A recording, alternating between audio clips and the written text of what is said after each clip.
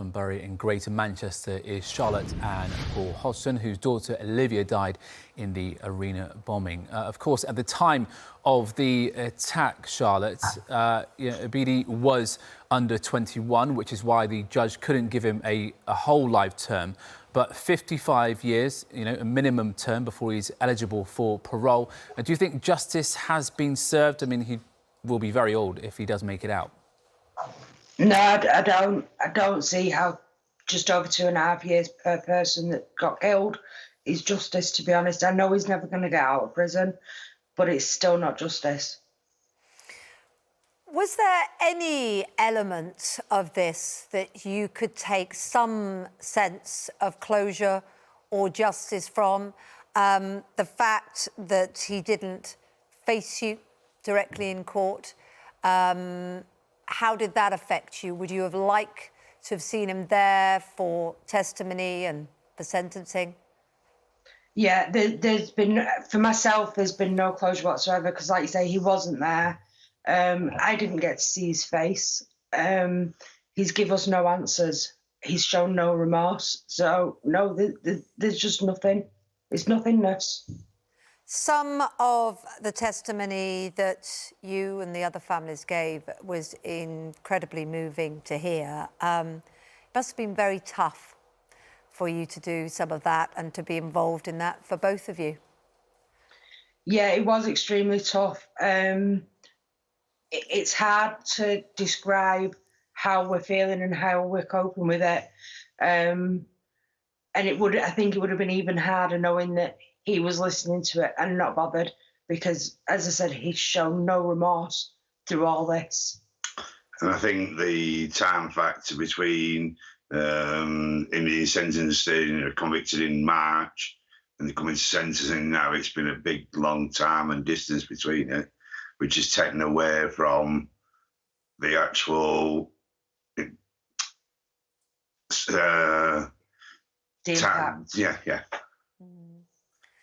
Yeah, it's been, I mean, it's indescribable. I remember that night so well. I remember being here on Good Morning Britain the morning after, and I remember you and talking to you about Olivia, both of you. It's indescribable what you've been going through. How do you have a life sentence? No sentence that he could have been given would in any way meet what you're going through. How do you begin to try and sort of have a life and also keep Olivia in your life? I don't know how we try and have a life. We just literally are day by day still. There's still days I don't want to get out of my bed. There's still days I wish I wasn't here. And as for keeping Olivia alive, well, I'll never forget her. She's just an unforgettable child. We talk about her all the time. We still play her music. She'll always be here. I remember you both saying she was very cheeky, but impossible to tell off because she was so lovable at the same time. Yeah, you just couldn't tell her off most of the time because she'd either talk her way out of it or she'd do something to make you laugh or smile at her. She was just a normal teenage girl, really. And you recently got married. I mean, it must have been heartbreaking to have not had her at your wedding. Yeah, it was.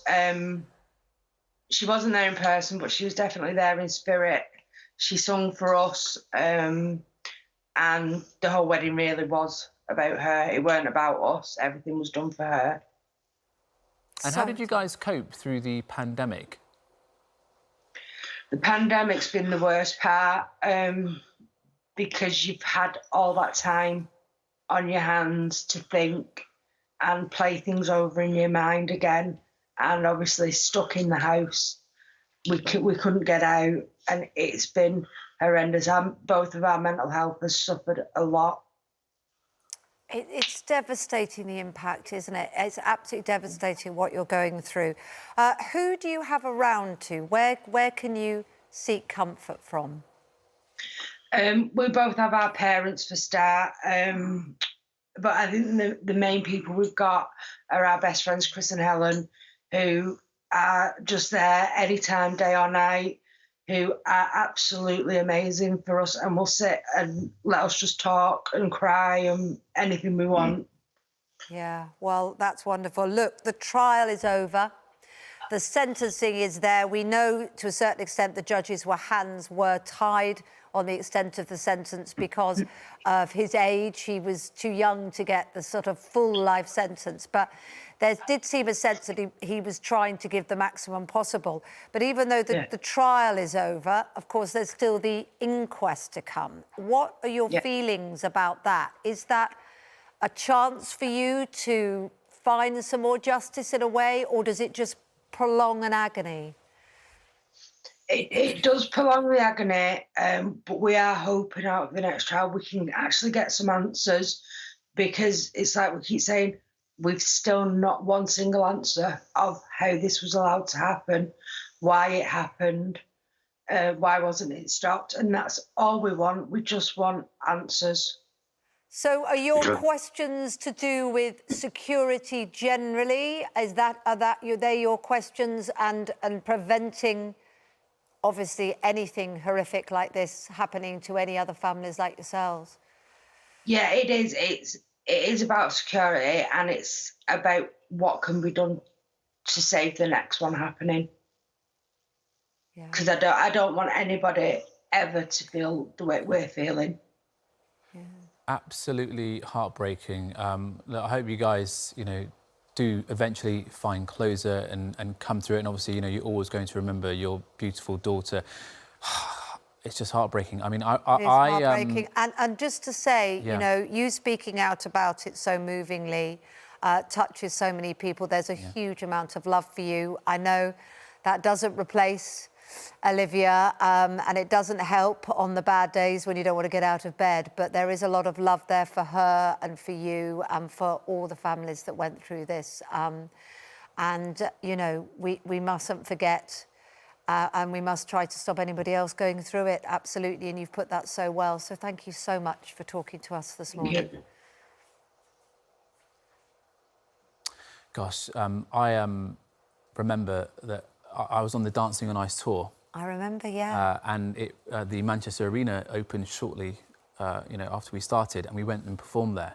Gosh. I remember getting to rehearsal early, just so I could skate out into the middle of the arena and just take in a moment and just think about, the atrocity that happened on that day, and just pay my respects. But the people of Manchester are just so amazing, and the crowd were amazing that night. It's they really did pull together. It's chilling, isn't it? Because it's a fantastic venue. Yeah.